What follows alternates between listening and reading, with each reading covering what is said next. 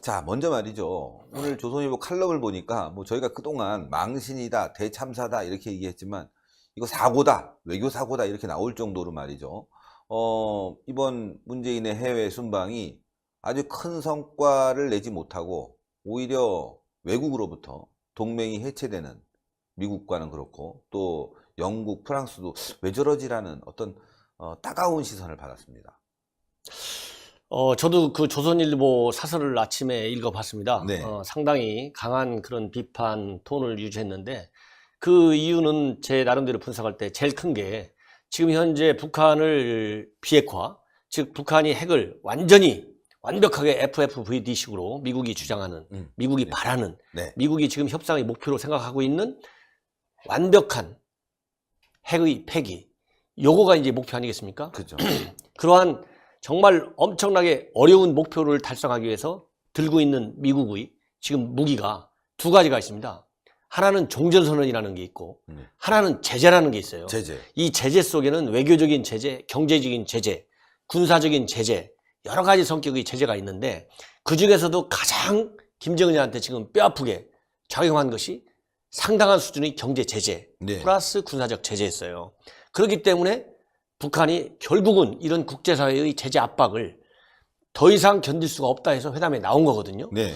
이렇게 이제 미국이 굉장히 중요한 협상 지렛대로 생각하고 있는 제재 문제이고 이런 제재의 효과를 미국은 아직도 확실하게 믿고 있기 때문에 북한이 한 비핵화 약속을 끝까지 밀어붙여가지고 정말 핵을 해체하는 그런 궁극적인 목적에 달성하게 하는 유일한 효과적인 수단이라고 이렇게 생각하고 있고 북한이 핵을 폐기하기 전까지는 절대 제재를 완화하지 않겠다라고 하는 것이 지금까지 미국이 표명한 강력한 대원칙이에요. 네. 그런데 이제 우리 대통령께서는 이번에 이제 유럽에 가셔가지고 북한의 핵이 되돌릴 수 없는 단계에 오기 전까지는 제재를 하되 되돌릴 수 없는 단계에 가면 제재를 완화해야 된다. 이렇게 얘기를 했어요. 네. 그러면 어떤 것이 돌이킬 수 없는 제재냐? 지금 북한이 현재 공개적으로 내놓은 풍계리 핵실험 폐쇄라든가 동창리 미사일 발사장 폐기 문제. 그 다음에 이제 미국의 상응 조치가 있을 경우 영변 핵시설 플러스 알파 하겠다고 했는데 지금까지 나와 있는 영변 핵시설까지를 가지고 우리 정부는 이게 돌이킬 수 없는 비핵화의 과정으로 북한이 진입하고 있다. 네. 이렇게 얘기를 하고 있거든요.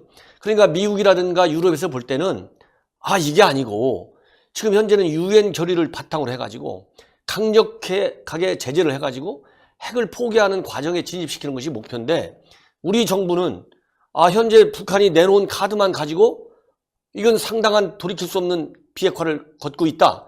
제재를 하는 그런 분위기를 만들어야 될 거 아니냐. 이러니까 유럽에서는 좀 놀라는 표정이고 네. 뭐 아셈 회의 의장 공동성명도 나와 있잖아요. CBD 원칙에서 강력하게 밀고 나가야 되고 네. 유엔 결의를 철저하게 이행해야 된다. 이게 아주 원칙적인 면에서 조금도 안 움직이고 있어요. 이러다 보니까 이제 우리 조선일보 사설에서 본 대로 이것은 우리 외교가 확실하게 실패한 거다. 이래서 조선일보에서는 이거를 외교 사고다. 이렇게까지 단정하는 그런 평가를 내렸다. 그 평가는 바로 뭐냐? 제가 보기에는 그 이면에는 현 정부의 제재 완화의 전략이 잘못됐다. 그리고 이것이 유럽에 대하고 얘기를 너무 세게 이미 해놨는데 이걸 전선을 너무 넓힐 경우에는 이게 한미 공조에 의한 대북 압박 이것이 이제 아무 의미가 없고 유명무실해진다. 이럴 경우에는 과연 북한이 핵을 포기하겠느냐? 말은 했지만 안 할 가능성도 충분히 있다. 이런 걸 우려했기 때문에 조선일보에서 상당히 강한 워딩을 쓴 게 아닌가. 저도 그런 그 사설의 그 논리적 흐름에 생각을 저도 같이 합니다. 네. 지금 말이죠. 말씀하신 대로 조선일보뿐만이 아니라 BBC도 그렇고요. 외신들이 다 지금 문재인이 뭐 김정은의 대변인이냐, 북한의 역할, 그러니까 비핵화와 관련돼서 대북 제재 완화 역할을 충실히 하고 있다. 이건 뭐 거의 뭐 대변인 수준이다. 이런 비판이 계속 나오고 있는데 지금 미국은 이러한 그 대북 제재 완화의 흐름에 찬물을 끼얹듯이 말이죠. 계속 제재를 강화시키겠다라고 하면서 지금 대한민국을 오히려 더 압박하는 상황으로 변질됐습니다. 지금 북한을 압박해야 되는데 대한민국이 지금 압박을 당하고 있고 뭐 은행권에 전화 가고 뭐 일본에 있는 미군 기지에 대한민국 사람 출입 금지가 돼 있고 말이죠. 게다가 최근에는 오전에 제가 방송을 했는데, 김정은 교수님 모셔서 미국에 수출하는 철강, 이 중소기업 제품이, 수출이 안 되게 길이 막혀버리는 그런 상황이 되고 말이죠. 여러 가지로 무역, 뭐, 경제, 외교에서 상당히 고립되는 길로 우리가 가고 있다. 대북 제재 완화를 외치고 난 뒤에. 그래서,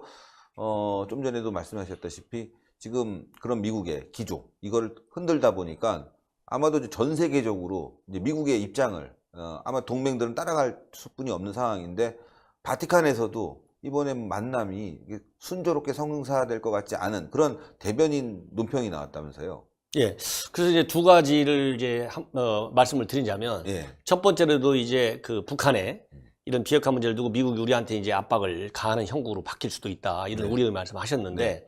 그럴 가능성도 배제할 수가 없습니다. 왜냐하면은 네. 지금까지 우리 한반도에서의 평화, 네. 안정의 구조는 인프라는 어떻게 되어 있냐면 어쨌든 한미 동맹 속에 또 미일은 또 자기들끼리 동맹 관계 여기에 한미일 삼각 대북 안보 공조 체계가 있어요. 네. 그리고 저쪽 북쪽에는 중국과 러시아, 북한 요 세 국가 행위자가 또 한 그룹을 형성하고 있어요. 그래서 이 남방 삼각관계라고 하고 댕제시대 때는 우리가 용어를 네. 또 북방 삼각관계라고 해요.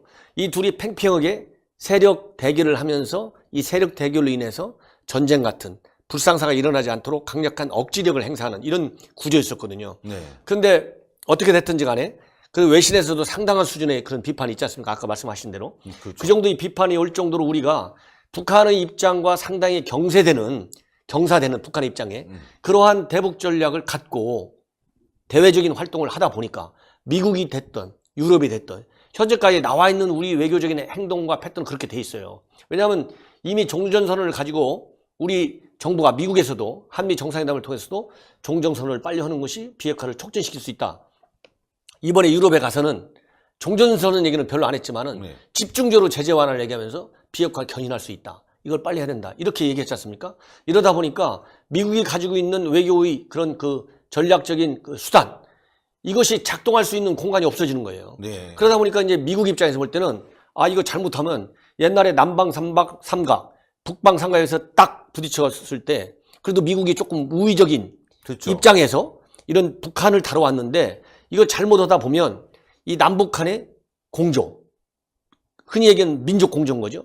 여기에 중국과 러시아가 합세하면 2대 4로 바뀌어요. 아하. 그렇잖아요. 이쪽은 그렇죠. 미국하고 일본. 여기는 기존 북방 삼각 플러스 한국.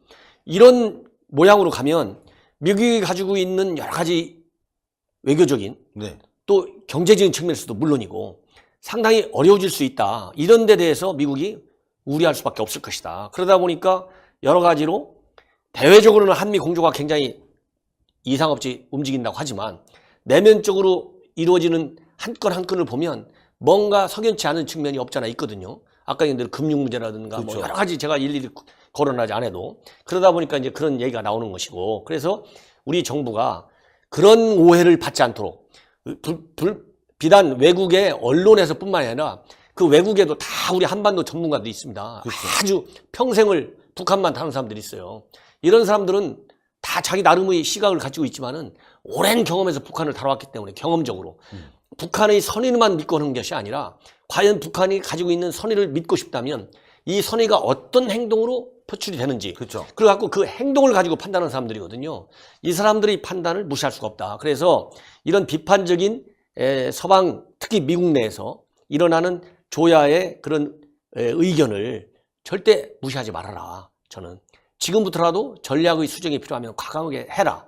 그래야 우리 정부가 바라는 정말 북한의 핵 포기가 이루어진다. 이런 걸 강조하고 싶고 그 다음에 이제 교황 방북 문제와 관련해서는 저도 이제 교황께서 상당히 긍정적으로 말씀을 하지 않을까 이렇게 예측을 했습니다. 왜냐하면은 이런 교황 방문과 같은 큰 이슈를 가기 전부터 우리 청와대에서 애드벌룬을 많이 띄웠고 네. 또 이 우리 대통령께서 타고 가시는 전용기 안에서도 대통령께서 교황과 관련된 영화를 상영했다 이렇게 언론에 나와 있어요. 네. 그렇기 때문에 이 정부가 이렇게 순방을 앞두고는 이게 분위기를 좋게 하기 위해서 다양한 형태의 이런 홍보를 합니다. 어느 나라든지 뭐 그렇겠죠. 미국도 하고 뭐 다 해요. 이건 기본 매뉴얼이 하나예요. 그렇기 때문에 우리 정부가 그런 측면에서 예사롭지 않게 볼 수도 있지만 교황의 방북이라고 하는 것은 다른 정상의 이제 북한 방로 또 다른 측면이 있거든요. 네. 그렇기 때문에 상당한 수준의 말하자면 교황청의 긍정적인 검토를 듣고서 협상에 임하는 거구나라고 생각을 했어요. 그런데 이제 우리 정부도 이제 발표가 일단 김정은 위원장의 직접적인 방북 초청이 오면 그때 잘 검토하겠다 이렇게 나와 있는데 오늘 이제 다른 그 외신을 보면 아까 말씀드린 교황청 대변인이 미국의 소리 방송의 질의에 대해서 직접 답변했는데 네. 자기네가 뭐 우리 대통령한테 너 그렇게 말 많이 하지 않았다. 아하. 예, 그때 가서 검토하겠다. 그때 가서 방북 조건들을 검토하겠다. 이렇게 원론적인 답변이 나왔어요. 아하. 그러면 어느 나라든지 정상 외교할 때는 여러 가지 측면에서 제일로 타이밍이 언제가 제일 좋냐. 그쵸. 어느 나라든지 정상 외교를 안 할 나라들은 없잖아요. 다만 북한이기 때문에 이게 과연 하는 게 좋은지 안 하는 게 좋은지를 따지는 거예요.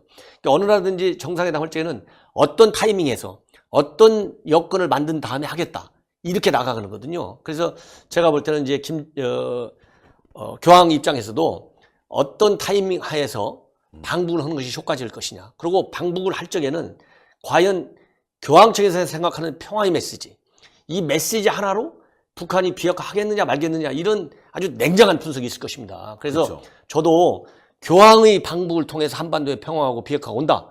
반대할 리가 없죠. 누가 그걸 반대하겠습니까? 그렇죠. 그러나 제가 생각할 때 교황청에서 검토하는 조건 중에 반드시 들어야 할 것 중에 하나는 인권입니다. 인권. 인권.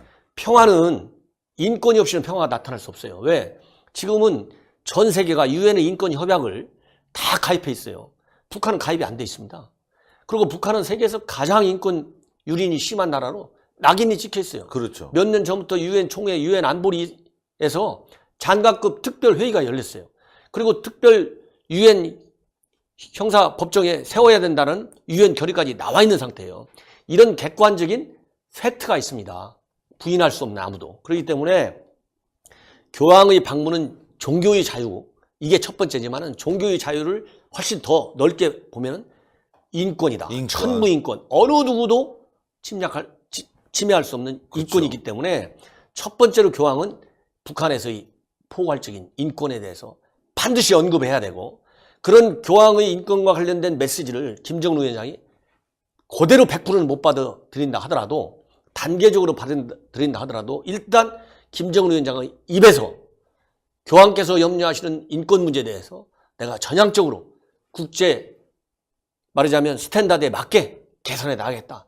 이런 약속을 명시적인 약속을 받으셔야 된다. 이게 제일 크고 두 번째로는 그 밑에 이제 인권 밑에 뭐 별의별 자유들이 다 들어가겠죠. 그렇죠. 뭐 언론 자유. 그렇죠. 언론 자유, 표현의 종교 자유, 자유. 표현의 자유, 집회 결사의 자유, 통신의 자유. 아니 북한은 통신의 자유도 없는 거 아니겠습니까? 다 없습니다. 우리는 지금 국민학교 애들도 핸드폰 갖고 다니는데 그러니까. 지금 북한은 안 되잖아요. 예. 그런 것처럼 여러 형태의 자유에 관해서 즉 포괄적인 인권과 민주에 관해서 틀림없이 김정은 위원장한테 메시지를 주고 긍정적인 답변을 얻어야 된다. 이게 이제 하나가 있고 두 번째 지금 비핵화를 촉진시키는 그런 외교의 장으로 교황이 방문하는 걸 추진하고 있지 않습니까? 그렇죠. 그리고 언론에 나온 걸 보면 김정은 위원장이 먼저 그런 의견을 낸 것이 아니라 우리 정부 아이디어로 비핵화를 촉진, 견인하기 위해서 낸 거다라고 이렇게 되어 있어요.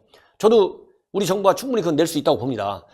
그러면 정말 교황 방문에 대해서 비핵화가 촉진될 수 있느냐, 유인할 수 있느냐, 견인할 수 있느냐 이거에 대한 냉정한 검토가 교황청에 있어야 되겠다. 있어야죠. 그러면 교황청 입장에서는 그걸 김정은 위원장은 지금 이미 말로도 했고 뭐 판문점처럼 그다음에 미국 공동선언에 다 나와 있어요. 비핵화는 그냥 한 두 문장으로 다 나와 있어요. 과거의 문서보다는 약하지만 일단 표현은 됐거든요. 그럼 뭐냐 이렇게 비핵화만 약속 받을 게 아니라 구두로만 받을 게 아니고 비핵화를 막는 북한에 여러 가지 제약들이 있습니다. 그런 제약 요건들 문서상으로 그런 내부적인 문서도 좀 정리해라. 이런 거를 최소한도로 공개적인로 얘기하면 김정은 의원한테 너무 부담이 크니까 비공개적으로라도 이런 비핵화에 관련된 실질적 진전 이런 공약을 받아내야 된다. 이런 최소한의 두 가지 조건만큼은 반드시 교황이 받아내야만이 우리 정부가 원하는 그리고 교황청이 기대하는 그런 방북의 목표를 이룰 수가 있다. 저는 그렇게 생각합니다. 그렇지 않으면 네. 교황의 의신이 안 쓰죠. 그렇죠. 정치적으로 교황이 움직인다는 비판을 받게 되죠. 이용만 당했다는 네. 비판을 면하기가 굉장히 어렵고 이런 걸 지적하고 싶고 그리고 사실상 또 교황이 그런 인권이 됐든 비핵화가 됐든 좋은 의미에서의 방북의 효과를 얻기에는 북한이라는 그런 특수한 집단으로서는 상당히 어려움이 많다. 왜냐하면 이거 비핵화 촉진은 현재 미국 간의 협상이지 않습니까? 그렇죠. 미국의 영향력이 절대적입니다. 그러면 과연 교황이 방북하는데 미국 정부는 어떻게 생각할 것이냐? 아. 이것도 교황청에서는 반드시 검토하지 않을 수가 없어요. 지금 제가 알기로는 미 행정부하고 교황청하고 그렇게 뭐 엄청 뜨끈뜨끈한 그런 관계는 아니에요. 그래서 교황이 방북하는 거를 흔히 우리 언론에서 쿠바를 방문을 해가지고 미국과 쿠바가 관계 정상화하는데 기여했다. 이걸 많이 인용해요. 예. 그렇기 때문에 교황이 북한을 가면 당연히 남북관계 개선, 미북관계 개선, 한반도 평화, 비핵화 다 좋지. 북한 종교의 자유도 좋고 다 좋은 거야. 나쁜 거 하나도 없어. 이렇게 결론 내릴 수가 있어요. 예. 그러나 그거는 미국과 북한과의 관계하고 남북간 관계, 특히 비핵화 문제하고는 결이 달라도 하늘과 땅 사이 차이가 난다. 예를 들자면요. 쿠바는요. CNN 방송 다 봅니다. 아, 북한의 CNN 방송 누가 봅니까? 아유, 한국 방송 북한에 누가 보는 사람이 있어요? 몰래 보는 거죠. 봤단 죽죠. 봤다는 죽죠. 예. 이 똑같은 사회주의 체제지만 실질적으로 그 나라 주민들이 국민들이 가지고 있는 어떤 생활상의 자유, 넓은 의미에서 그냥 편한 인간으로서 좀 생활하는 데의 자유.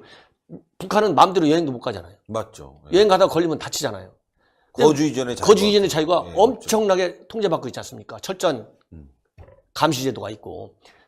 쿠바는 그런 거에 비하면 정말 자유국가나 마찬가지예요. 그렇기 때문에 미국 간의 이런 그 평화관계, 외교관계를 수립할 수 있는 여건들이 상당히 갖춰져 있는 나라예요, 이미. 아니, 쿠바는 쉽게 얘기해서 미국을 공격할 수 있는 그런 핵무기가 어디 있습니까? 없죠. 없잖아요. 제일 큰 게. 소련으로부터 이제 옛날에 헐려다가 이제 실패한 거죠. 작살이나 그러니까, 그 어림도 없는 얘기고. 예. 그리고 쿠바 같은 경우는 우리나라 지금 현재 북한은 유엔에서 막 제재가 여러 개가 있어요. 예. 그리고 각 나라들이 또 양자 차원에서 우리 한국도 북한에서 가지고 있는 체제가 있습니다. 제재 수단들이 이미 공표해서 이행 중에 있는 게. 그런 것처럼 다 제재에 다 물려 있어요. 지금 북한은. 그런데 쿠바는 옛날에 미국이 중심이 돼가지고 쿠바 금수 조치를 수십 년 해왔어요. 그렇죠. 그거가 이미 10여 년 전부터 90년대부터 풀어야 된다 해가지고 유엔에서 공식적으로 쿠바 금수 조치를 완전히 해제했어요. 근데 지금 유엔은 북한에 대고 계속 제재를 가하고 있는 국면이에요. 그렇죠. 그렇기 때문에 이 환경이 교황이 쿠바 방문하는 거하고 교황이 북한을 방문했을 때 어떤 외교적인 효과가 나타날 것이냐. 뭐 거기 신도가 있네 없네, 성당이 있네 없네 이것도 물론 중요하지만 국제정치의 구조가 다르다. 이거를 무시하면 안 된다. 저는 그걸 강조하고 싶습니다. 예. 그렇기 때문에 교황청에서도 굉장히 냉정하게 여러 가지 조건들을 검토할 것이고 우리도 일단 그런 아이들을 북한에 주어서 교황이 긍정적으로 검토하겠다는 답변 받은 거 그것까지 잘한 겁니다. 그러면 우리가 답변을 받아왔으니 김정은 위원장 당신 이러이런 거에 먼저 개선 조치를 취해라. 그래야 방북이 이루어져서 당신도 좋고 대한민국도 좋고 미국도 좋고 국제사회 모두가 좋은 외교적인 환경이 마련된다. 이거를 이제 김정은 위원장한테 집중적으로 설득해야 돼요. 맞습니다. 그렇지 않으면 교황이 간다 하더라도 우리가 기대하는 효과를 거두기도 어렵고 교황도 상당한 리스크 테이킹을 할 수밖에 없다. 저는 그런 걸 말씀드립니다. 예.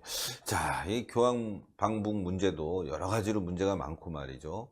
또 게다가 유엔 대북 제재 이거 풀어달라.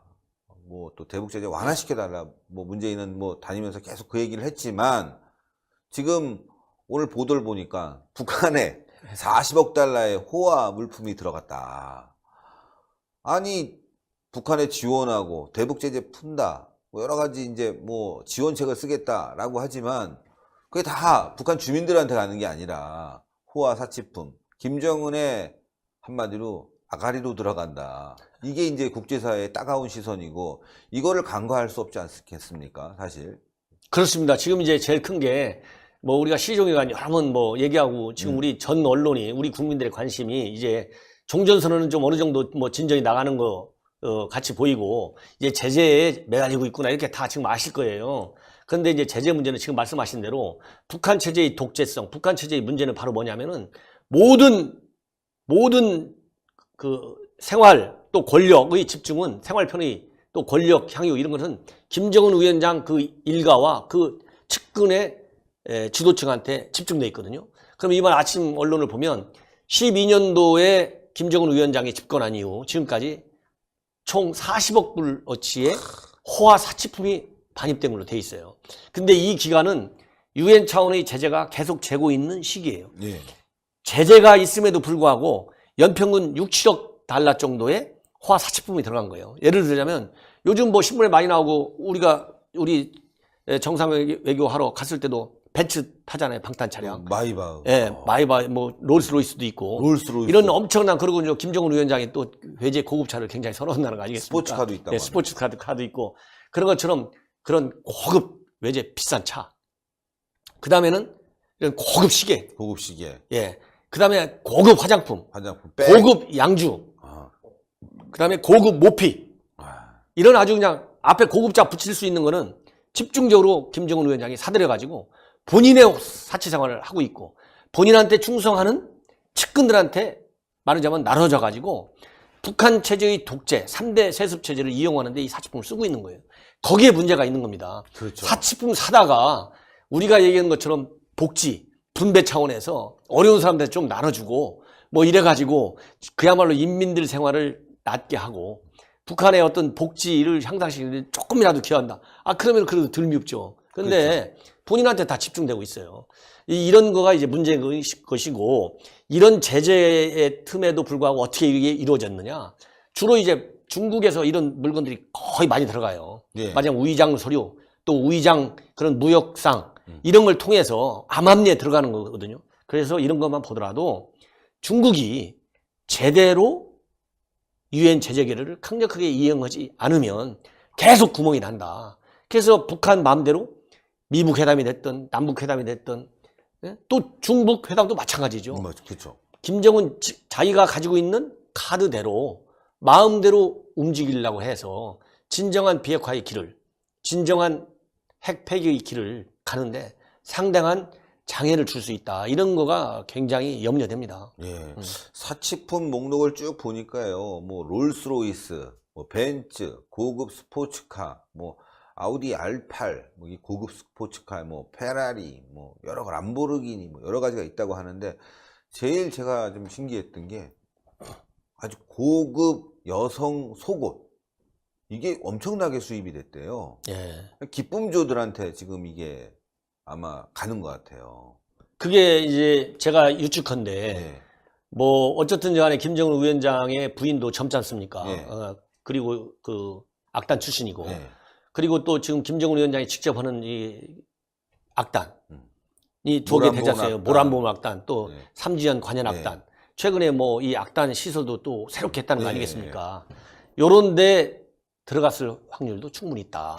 그러니까 이제 과거에 김일성, 김정일 시대 때 보면 그런 악단 요원들 중에는 지금 말씀하신 대로 기쁨제로 활동한 사람들도 많이 있거든요. 네. 그러니까 아까 얘기한 대로 김정은 체제를 유지하는데 이런 호화 사치품을 썼다는 겁니다. 그러니까. 기쁨조가 됐든 무슨 무슨 장관급 인사가 됐든 당 고위인사 이런 사람들한테 그래갖고 절제적 충성을 유도하는 하나의 선물로 쓴다.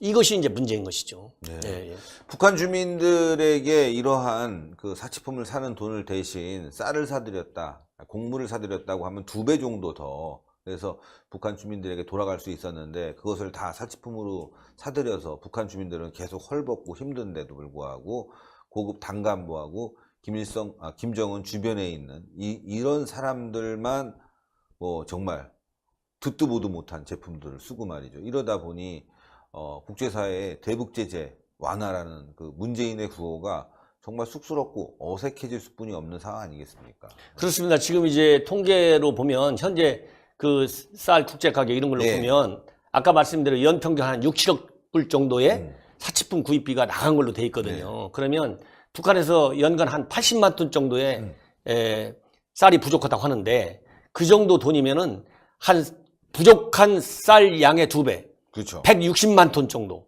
이거 엄청난 거예요. 이거를 사고도 남는 거 아니겠습니까? 맞습니다. 그러니까 예를 들어 쌀이 부족하니까 국제사회가 도와달라. 그 인도적이 지원해달라. 이것도 사실은 자기 호화 생활만 하는데 국가 예산을 낭비하다 보니까 부족한 현상이 나타난다. 그러니까 우리가 인도적 지원을 하려면 옛날에 내세운 게 있어요. 현장 방문을 강력하게 하는 거예요. 현장 방문을 통해서 모니터. 근데 북한은 굉장히 싫어해요. 왜냐하면 그 쌀 지원받아갖고 군용미로 빼고 막 그러거든요. 몰래. 그러니까요. 과거에. 그러다 보니까 인도적 지원을 한다 하더라도 대규모의 전략적 지원은 현 단계에서는 맞지 않은 것이고 그야말로 최소한 수준의 어떤 인도적 지원으로 국한하고 그런 것도 남북관계의 개선과 또 국제 제재의 움직임 그리고 비핵화의 진도 이런 다양한 그런 그 요소들을 면밀히 검토해 가면서 천천히 추진해야 된다. 제가 이런 걸 말씀드리고 싶습니다.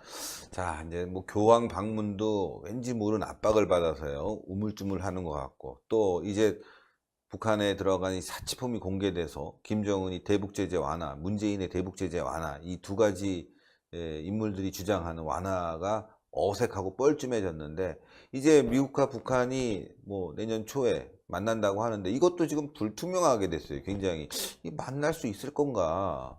미국 입장에서는 뭐 급할 일이 없거든요, 사실은. 뭐 오히려 전술적으로 좀 저번에도 말씀하셨지만 계속 딜레이 시키면서 초조하게 만드는 그런 작전을 쓰는 것 같은데 이게 내년 초라고 말하지만 중순 이후 아니면 안 열릴 가능성도 점점 높아지고 있는 거 아니겠습니까? 제가 보기에는 이제 미국이 사실 다행스러운 측면이에요. 처음에 덜썩 김정은 위원장이 비핵화한다고 그러니까 좋아가지고 네. 그게 특유의 트럼프 성격 아니겠습니까? 그쵸. 얼른 받았어요. 네. 받아서 만나갖고 합의문 한 두어 줄 뭐 비핵화 얘기 써서 보니까 국제사회가 엄청 냉담하거든요. 그러니까 트럼프 대통령이 기대했던 효과가 전혀 안 나오는 거예요. 그래서 이제 신중한 분위기로 돌아섰다. 그러다 보니까 자꾸 이제 지연돼가지고 11월 중 또 두어 달 그러다가 내년 초 이렇게 되는데 이런 정상회담이 열리려면 실무 차원의 여러 형태의 회담들이 자주 많이 열려야 돼요. 네. 그런데 이 정상회담과 비핵화 문제를 함께 논의해 하겠다고 공개적으로 폼페이오 장관이 발표한 비건 특별대표하고 그다음에 북한 외무성 부상 예. 둘의 실무회담이 계속 안 열리고 있어요. 아, 실무회담. 예, 그 실무회담이 안 열리다 보니까 핵심적인 비핵화라든가 타임테이블이라든가 미국이 줄 수 있는 선물 이런 거와 관련된 합의가 안 이루어지는 거예요. 이러다 보니까 미북 정상회담이 계속 뒤로 밀리는 것이고 그러다 보니까 실무 레벨에다 남겨놓고 보니까 미국 입장에서는 이제 답답한 거예요. 미국도. 과연 김정은 위원장이 폼페이오 만났을 때 한 얘기하고 이게 돌아가는 현실하고 안 맞거든요. 그렇죠. 그러니까 이제 실무회담을 관두고 직접 본인이 이제 북한 고위 관리를 워싱턴에다 불러다 놓고 다시 고위급 회담, 장관급 회담으로 하겠다는 거 아니겠습니까? 네. 그 정도로 현재 비핵화에 대한 진전 또 북한의 신뢰성이 미국으로부터 시험을 받고 있는 국면에 있다. 시험을 받고 있다. 예, 저는 굉장히 지금 아, 오래간만에 뭐 아주 센 시험은 아닌 것 같고 한 중간 정도의 난이도 시험을 미국으로부터 김정은이가 받고 있어요. 지금은 김정은이가 수세에 있는 입장입니다. 그렇죠. 그래서 미국이 이제 공세적인 입장에서 상당히 이 회담의 시기라든가 조건을 지금 조정하고 있는 국면에 와 있고 그렇다고 본다면 아까 말씀드린 대로 지금 트럼프 대통령이 어려운 점이 처음에 1차 정상회담만 할 때도 내가 대통령인데 백악관 안보보좌관이라 하더라도 내가 할 테니까 그냥 따라와 이게 통했거든요. 네. 근데 이제 한번 회담을 하고 난 결과를 놓고 미국 관료 집단은 전문화된 집단이에요. 이게 정치적인 고려도 하지만 전문적인 기술적 측면에서 북한의 비핵화 약속을 평가하는 사람들이거든요. 이게 정치적이지 않죠. 그렇죠. 그러다 보니까 제가 보기에는 트럼프 대통령과 미국의 전문 관료들 사이에 북한 비핵화의 약속을 두고 평가하는데 상당한 갭이 많이 벌어지고 있다. 아하. 이러다 보니까 대통령은 하고 싶어도 본래 뭐 금방 11월 선거만 끝나고 할 것 같이 했잖아요. 그렇죠. 그렇기 때문에 미 CIA라든가 국방부라든가 국무부라든가 백악관의 NSC 국가안보안전보장회 이쪽에서 대통령한테 이거 서두르면 두 번 쉽게 얘기하면 속을 수가 있다. 속을 수 있다. 이거 우리 한 번 속았지 않습니까? 그래갖고 우리 미 행정부가 트럼프 대통령 손해보는 거 아닙니까? 거짓말쟁이라고. 예, 이러다 보니까 트럼프도 가만히 생각해보니까 그런 면이 있거든요. 그러니까 말로는 뭔가 있는 것처럼 해가지고 일단 선거 국면까지는 이거가 좋은 요소로 작용해 만들어야 되잖아요. 그러나 이면을 들어가면 트럼프 대통령도 고민거리가 상당히 지금 많다. 그렇기 때문에 일단 시간을 벌고 보는 형국이고 미국이 굉장히 진지하고 신중하게 나가고 있다. 그래서 제가 볼 때, 즉 한반도에서 북한의 핵이 완전히 폐기되는 과정으로 나가는 과정에 있어서는 지금 미북 회담이 조금씩 늦어지는 것이 오히려 비핵화 시기를 결론적으로 얘기하면 더 앞당기는데 도움이 된다. 네. 그래서 미국이 얘기하는 대로 우리도 남북 관계만 자꾸 앞서가는 것을 주장하는 것은 이제 위험성이 더 커진다. 위험하다. 지금 현재 미북 회담이 자꾸 뒤로 미뤄지는데도 불구하고 연내에 김정은 답방이 이루어져야 된다. 이런 생각도 상당히 많이 있는 것 같아요. 그런데 만약에 연내 답방이 이루어지면 미국하고 협상하는 게 주 의제가 뭡니까? 핵 문제예요. 핵 문제죠. 우리는 핵 문제도 들어갔지만 핵 문제는 조금만 들어가 있고 네. 남북 관계가 대부분이거든요. 지원이죠. 예. 그러면 지금 미국과 국제사회가 우려하는 것이 이번에 우리 대통령께서 아셈은 그게 아세안하고 유럽 전 나라들 수상들 다 모인 데잖아요. 이게 전 세계의 대부분이 성급한 남북관계 개선, 비핵화가 없이 이거는 우려하는 게 확인이 됐지 않습니까? 특히 비핵 문제를 다루는 미국에서도 굉장히 우려하고 있잖아요. 그렇죠. 그래서 연내 답방이 미북 간의 정상회담이 있기도 전에 만약에 있게 되면 아까 말씀드린 대로 미국의 한국 정부에 대한 우려와 불만은 상당히 커질 수밖에 없다. 왜? 남북한 문제에서 핵을 본질적으로 안 다루거든요. 그렇죠. 예, 그래서 그렇게 될 경우는 미국 입장에서 보면 이런 비핵화 문제에 대한 협상의 외교적인 부담을 미국이 혼자 안기에는 너무 커진다. 그래서 미국 정부도 제가 보기에는 연내에 김정은 답방을 그대로 강화하겠습니다 해라고 했을 때 미국 정부가 그거는 아닌데 천천히 좀 하지. 이렇게 얘기할 가능성이 많습니다. 예컨대 예. 얼마 전까지만 해도 금방 내 시진핑 주석이 구구절 10시 행사 때 금방 내 북한 가서 네, 북한 가려고 그랬었죠. 정상회담 다 하는 걸로 기정사실 됐잖아요. 오늘 가냐 내일 가냐 이런 형태는 아니었습니까? 그러나 트럼프가 그때 세게 얘기했잖아요. 폼페이오 방북 취소하면서 네. 이거 안 돼. 딱 하니까 시진핑이도 놀래갖고 방북 못했지 않습니까? 그렇죠. 예, 놀란 것은 시진핑 주석이 바보라서 놀란 거 아니에요. 중국의 국익에 중국의 위상에 그 어설픈 상황에서 김정은 위원장을 만나면 손해가 커진다고 판단했기 때문에 안 만난 겁니다. 그렇기 때문에 만약에 미북 정상회담이 연내에 안 이루어지는 상태에서는 김정은 위원장의 답방도 수년시키는 것이 우리 정부가 우리 국민이 바라는 북한핵 폐기에 오히려 도움을 줄 수 있다. 왜? 김정은이가 이제 한국 정부로부터도 수세에 몰리는 예. 형국으로 빠져나가기 때문에 우리도 더 강한 협상의 레버리지를 확보할 수 있다. 제가 이걸 좀 말씀드리고 싶습니다. 아주 뭐 정확하고 또 들어도 뭐 이렇게 갈 수뿐이 없는 논리가 그냥 분명하셔서 저는 뭐 100% 공감할 수뿐이 없는데 이 문재인 정부는 지금 그런 그 많은 사람들의 조언을 믿지 않고 어쨌건 대북 제재 해제를 위해서 일단 쇼를 또 한번 해보겠다. 교황도 방문한다고 하고 12월 달에 다시 한번 또 김정은이가 서울을 방문해서 뭔가 평화쇼를 해서 국제사회에 우린 이렇게 가려고 하는데 왜 자꾸 방해해? 라고 지금 메시지를 던질 분위기인데 자칫 그렇게 되면 김정은이보다 문재인이 더 큰 위기에 봉착할 수 있다. 저는 그렇게 생각합니다. 그게 이제 말하자면 이제 북한이 노리는 수일 수 있습니다. 네. 왜냐하면 북한도 김정은 위원장이 혼자 트럼프하고 상대하기는 버거운 건 다 알잖아요. 네. 그렇기 때문에 김정은 입장에서는 자기의 어려운 점을 우리 한국 정부가 나서서 미국하고 조율 좀 해달라. 이렇게 공을 우리한테 떠넘길 수가 있어요. 그럼 만약에 그러다가 미국 비핵화 협상이 잘 안 되면은 국제사회로부터 한국 정부가 또 책임, 한국 정부가 비난을 받을 소지가 상당히 많다. 그런 실수, 우려를 감안해가지고 현 정부가 남북관계 전반을 또 미북관계, 또 한일관계, 이 한반도에서 이루어지는 국제적인 역학구조를 시시각각으로 정말 빈틈없이 분석을 해서 그때그때 디테일하게 대응을 하지 않으면 비핵화의 속도가 늦어지고 그건 결국은 남북관계 개선 속도도 늦어지는 거예요. 결국은. 그렇죠. 그러니까 빨리 출발한다고 거북이와 토끼 게임 유명하잖아요. 그렇죠. 예, 예. 빨리 출발한다고 꼭 목표에 빨리 다르는 거 아닙니까? 예. 아닙니다. 그렇잖아요. 그렇죠. 예. 개인 과외지도 받았다고 해가지고 꼭 점수 꼭 좋게 안 나오잖아요. 맞습니다. 예, 그렇기 때문에 이 기본 원칙을 외교에서도 기본 원칙이라는 게 있습니다. 이게 한반도에서의 평화와 안정, 이런 비핵화 문제의 기본 원칙은 한미 공조입니다. 무조건 하고. 한미 공조. 자다가도 꿈에서 한미 공조가 한미 나타나야 공조. 돼요. 그냥 자다가도 한미 공조. 네. 이 정도 나와야 돼요. 그렇죠. 절대 아직까지는 유감스럽게도 우리 대한민국이 국제사회에서 미국이 가지고 있는 그런 외교적인 협상력이 없어요. 네, 맞습니다. 그렇기 때문에 자다깨도 한미 공조를 찾을 정도로 미국하고 긴밀하게 조율을 해서 이런 남북관계, 특히 김정은 위원장의 방안과 같은 엄청난 외교적인 일은 조율해서 해야 된다. 절대 서둘면 서둘수록 손해볼 확률이 더 크다. 아, 정말 중요한 말씀 하신 것 같아요. 자다가도 남북공조, 자다가도 김정은 위원장님. 이러니까 지금 문제예요. 네, 뭐 민족공조, 우리끼리 이러니까 문제지.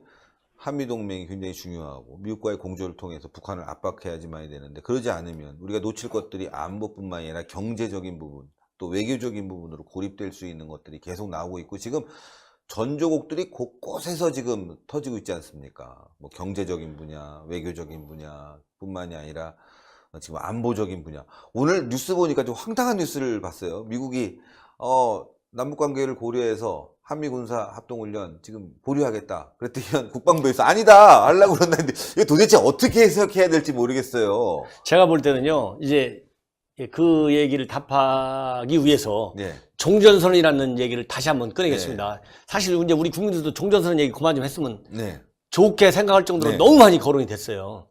종전선언의 궁극적인 목표는 김정은 위원장이 뭐 종전선언에도 미군 철수라는 거 아니야 이렇게 얘기했다고 하지만, 북한은 문서도 다 파기시켜요. 네. 아니 정전협정도 백자시키는 게 북한이에요. 그쵸. 아니 금강산도 몰수해버렸잖아요. 네, 맞습니다. 이거 막무가내인 겁니다. 막말로 얘기해서. 막무가내, 진짜. 대책이 없는 나라예요. 네. 대책이 없는. 그런데 김정은 위원장이 말을 뭐라고 하든지 간에 네. 역사를 보면 결국은 종전선언은 주한미군 철수하고 연결됩니다. 그렇죠. 예. 그 다음에 이제 멀리 연결되나. 지금 주한미군 철수 얘기 안 한다 했는데 엊그제 유엔에서 예. 주한미군 철수해야 된다고 얘기했고, 예. 유엔사하고 아무 관계 없겠다고 했는데, 아, 유엔사 유엔 대표부에 북한 나와 있잖아요. 네. 거기 유엔 총회 산하에 6개 위원회가 있어요. 군사 문제 다루는 위원회, 제1위원회, 경제 문제 다루는 위원회 뭐 다 따로따로 있거든요. 네. 거기에서 나와가지고 뭐라고 했습니까? 북한 대표부 외교관이. 유엔사 해체. 유엔사를 그냥 해체라고 했나요? 괴물이니까 해체라 했어요. 괴물. 아니, 괴물이 뭡니까? 유엔사는 한반도에 정전 협정 그런 그렇죠. 그가 준수되도록 감독하는 엄청 중요한 평화 관리 기구인데 그거 괴물이라고 그랬어요. 그러면서 뭐라고 그랬습니까? 주한미군도 철수해야 된다고 한 거예요. 대내 거기에 그렇죠. 그 주장이 다 들어가 있어요. 그게 북한의 현 실체입니다. 그렇기 때문에 종전선언이 결국은 가고 가면 유엔사 해체는 너무 당연한 것이고 결국은 주한미군한테 간다. 예? 그리고 지금 현재 더 중요한 것은 이미 트럼프 대통령이 연합훈련을 싱가포르에서 정상회담 하자마자 바로 없애버렸잖아요. 중단시켰잖아요, 일시적으로. 그래갖고 올해 거의 한미연합훈련 한 게 하나도 없어요. 예. 다 중단됐어요. 다 중단됐죠. 그러다 보니까 이제 남은 게 공군 합동훈련이 남아있는데, 지금 마침 이제 국방부 장관이 공군 출신이지 않습니까? 본인이 직접 이거 많이 연합훈련 했다는 거 아니에요? 네. 그 한미 양국 정부 고위 수뇌부 중에서 제일 유능하고 제일 많이 아는 전문가 아니겠어요? 그렇겠죠. 이분이 매티스 장관하고 올 때 상세하게 설명했다는 거 아니겠습니까? 혼자만이라도 해야 된다. 물리적인 이격을 극복할 수 있는 컴퓨터 링크를 가지고 작전할 수 있다. 이 정도까지. 시뮬레이션 게임을 해보자 이건데. 그 정도까지 매티스 장관한테 설명을 확실하게 했다는 거예요. 그러다 보니까 이제 미국과 우리가 조금 엇박자가 나가지고 많은 이제 불안을 주고 있는데, 그런 것처럼 종전선언을 하면 종전이 뭐니까 전쟁 끝났잖아요. 그렇죠. 연합훈련 왜 합니까? 안 하죠. 안 해야 되잖아요. 유엔사 없어져야죠. 유엔사 없어지고. 그래서 만약에 비핵화 협상은 이제 계속 하잖아요. 1년이 될지 2년이 될지 뭐 10년이 될지 모르지만, 그러면 종전선언을 해버리면 지금은 일시적으로 이게 완전히 이제 영원히 한미연합훈련 안 한다 이게 아니에요. 한미연합훈련이 있어가지고 비핵화가 잘 진행되는 걸 방해할 우려가 있기 때문에 북한이 그렇게 싫어하니까 지금 일시적으로 유예하고 유보시킨 상태거든요. 예. 그러면 북한이 항상 말 잘 듣고 약속을 다 잘 지키는 그런 나라가 아니잖아요. 그렇죠. 그렇기 때문에 앞으로 길고 긴 그런 비핵화 협상 과정에서 북한이 만약에 말을 잘 안 들었을 때 군사적인 압박 수단에서 옛날에 우리가 팀 스프릿 훈련 안 한다 했다가 북한이 말 안 듣고 약속 파기하니까 팀 스프릿 훈련 이런 거 다 제기하거든요. 그렇죠. 그러면 북한이 이제 협상으로 거꾸로 이제 군사적인 압박을 통해서 협상에 다시 불러들여야 되잖아요. 그럴 때 나 이제 한미연합을 다시 훈련할 거야? 그럼 북한이 뭘로 들고 나오겠어요? 너 나하고 종전선언 했잖아. 예. 종전선언 했는데 무슨 연합훈련 한다는 거야? 나 비핵화 약속 안 지킬 거야. 아하. 요렇게 또 들고 나올 확률이 굉장히 높다. 그래서 아하. 북한 입장에서는 지금요, 제재도 물론 급하지만 종전선언을 하나를 해놓으면 미군 군용기 전폭기 하나 꼼짝달싹 훈련으로 나타날 수가 없습니다. 절대로. 나타나면 당신들 먼저 약속 그렇죠. 깼어. 아, 지금도 미국이 너희들 얼굴 2개 얼굴 갖고 장난치지 마라고 지금 욕하고 있잖아요. 제가 얼마 전에 이 방송에서 나왔던 그렇지 않습니까? 예. 미국에 대한 비난은 예. 많이 줄어들었지만 지금 미국이 뜻대로 안 가니까 언젠가는 다양한 그런 그 선전 매체를 통해서 비난할 거라고 얘기했잖아요. 비난 지금 나오잖아요. 예. 이게 북한의 진면목입니다. 아, 진짜 북한이라는 이 집단이 벼랑 끝 전술, 뭐 살라미 전술, 뭐 하여튼 뭐 어떻게 보면 외교적으로 말이죠. 또 남북 관계에 있어서도 뭐 종잡을 수 없는 그런 집단이기 때문에 결국은 또 정전협정으로 가게 되면 왜 우리가 비핵화 하는데 정전협정했는데 핵도 지금 포기하고 있는데 왜 미군이 여기 있어? 유엔사가 왜 여기 있어? 이러면서 또 주한미군 철수를 주장하게 되면 대한민국에 있는 이 좌파 세력들이 또 데모하러 주한미군 기지 앞에 가서 시위하고 꼴값 떨면 미국에서 여론이 바뀌게 되고 미국도 전략적 자산에 우리가 위험하다 노출돼 있고 일본으로 다 옮기자. 뭐 예전에 에치슨 라인이 일본 쪽으로 거졌으니까 그럼 뭐 그냥 일본으로 다 옮기고 대한민국은 그야말로 군사협정 그러니까 뭐 군사 저기 대만이나 필리핀이나 이런 그런 수준으로 바뀌게 되면 그야말로 미국과는 동맹이 끝난 거 아니겠습니까? 완전히 이제 이런 상황을 지금 북한이 노리는 거 아니겠습니까? 그러니까 이제 결국은 종전선언을 시작해서 본래 역사적으로 보면 종전선언을 완전히 독립시켜갖고 종전을 선언하자 그래갖고 너무나고 종전선언을 사례는 하나도 없어요. 그렇죠. 종전선언은 평화협정의 맨 앞에 들어가요. 그렇죠. 이게 평화협정을 맺으려면 전쟁을 끝내야 되잖아요. 네. 그래서 이제 전쟁을 끝났으니 전쟁이 끝나니까 이제 평화가 왔으니 이 평화가 깨지지 않도록 평화가 지켜지도록 네. 합의를 하자. 그래서 이제 평화협정이 맺어지는 겁니다. 거기에 첫 단추가 종전 규정이에요, 규정. 거기서 선언을 하는 거예요. 그렇죠. 이게 떼어내서 하는 건데 이렇게 떼어내서 하는 그 북한의 의도를 우리가 냉정하게 판단을 해서 냉정하게 가지고 이게 간단하게 정상까지 선언했기 때문에 북한이 만약 비핵화 약속 안 지키고 말 안 들으면 종전선언 없애버리면 돼. 아니 아무것도 아닌데 왜 그렇게 매달립니까? 큰 의미가 있으니까 매달리죠. 그렇죠. 단순한 정치 선언이 아니고 상당한 의미심장한 의미를 가지고 있는 정치 선언인데 이것이 결국 가는 것은 주한미군 철수하고 연결돼 가지고 가고 왜냐하면 비핵화가 하루아침 안 되잖아요. 1년, 2년 그렇죠. 후에 네. 열어지잖아요. 그러면 북한이 노리는 것은 지금 말씀하신 대로 한미동맹의 주한미군 철수해버리면 한미동맹 깨지는 거랑 똑같아요. 네. 한미동맹의 해체를 결국 요구하는 건데 지금 한미동맹 해체하자면 비핵화 협상 누가 나가라고 하겠습니까? 아무도 안 나가지. 그러니까 김정은 위원장은 저기 주한미군 철수 내가 바라지 않는다. 그냥 있어도 괜찮아. 이렇게 했다는데 유엔에서는 거기서 문서를 다 읽고 있잖아요. 주한미군 철수하고 유엔사 괴물 같은 거 빨리 해체하라고. 그게 북한인 거라니까요. 그럴 때 종국적으로 가는 것은 한미동맹의 와해예요. 그래서 우리의 대북, 억지, 방어, 군사 태세를 무너뜨리는 겁니다. 약하게 만드는 거예요. 최대한도로. 이것이 결국은 북한이 노리는 최종적인 목표다. 북한의 의도대로 가고 있습니다. 일단 뭐 미국도 뭐 한미 군사합동훈련 니네 좋으니까 안 한다고 했으니까 미룰게. 근데 정작 국방부 장관은 이거 위험하네. 우리라도 좀 해야 된다. 단독 아니면 링크로 서로 정보 공유하면서 하자. 이렇게 얘기하고 있는데 정말 거꾸로 된 아주 특이한 사례지만 실제로 지금 미국이 호주, 일본, 미국 이렇게 세 나라가 아주 똘똘 뭉쳐서 지금 훈련을 하고 거기는 아주 잘하고 있습니다. 네. 그 미국이 최근에 이제 중국의 견제, 강력한 그런 견제망을 구축하는 차원에서 호주라든가 일본이라든가 이런 국가들하고의 어떤 동맹 관계를 굉장히 강화시키고 있어요. 예전보다도 더 굉장히 강화시키고 있고 여러 가지 형태의 훈련도 많이 하고 있고 그리고 이번에 이제 우리 정경두 국방장관이 이 공군 훈련 우리 한국군이라도 혼자 하겠다. 이런 의지를 가지고 미국을 설득한 이면에는 지금 현재 남북한 군사력 균형 문제를 본다면 우리가 재래식 전력에서 약하잖아요. 네. 우리는 핵 같은 그런 비대칭 전력에서는 엄청 약하잖아요. 비록 미국의 핵 우산 보호를 받고 있다 하더라도 그렇죠. 우리 땅에 그런 핵 무기가 없지 않습니까? 그렇기 때문에 재래식 무기에서 그다음에 핵 비대칭 그다음에 생화학 무기 이런 데서 우리가 약해요. 이걸 뭘로 우리가 견제하냐면 강력한 아주 첨단 공군력. 이 첨단 공군력은 어디서 오느냐? 미국에서 오는 거예요. 그렇죠. 이걸 가지고 북한을 아주 무섭게 내리두르는 거예요. 그러니까 예를 들어서 B-52, B-2, 뭐 F-22 이런 거 뜨면은 김정은이가 꼼짝 다 못하죠. 꼼짝 못하고 지하로 숨고 어디 좌지방으로 가지 않습니까? 그런 엄청난 무시무시한 전략 자산의 핵심 부분이기 때문에 이것까지도 만약에 아예 연합훈련을 안 해버리면 굉장히 우리한테 취약점으로 작용할 가능성이 상당히 많다. 그렇기 때문에 부분적으로 본인이 어려움이 있다 하더라도 이거는 내가 우리 한국군만큼은 반드시 해야 되겠다. 이런 강한 그런 의지의 표현이 아니겠느냐. 지금 서해 5도가 이제 이번에 군사합의서에서 예. 여러 가지 뭐 훈련도 못하게 되고 포문도 다 덮게 돼 있고 뭐 평화수인이 어려수인이 해가지고 다 지금 훈련도 작전 못하게 돼 못하고. 있잖아요. 예. 이러다 보니까 뭐 언론에 다 나왔잖아요. 이 서해 도서에 있는 우리 해병대 이런 장병들이 제대로 예정된 훈련을 못 해가지고 포천이니 뭐 이런데 아하. 육지 육지로. 군부대로 와가지고 훈련하는데 아니 훈련은 전쟁을 하기 위해서 하잖아요.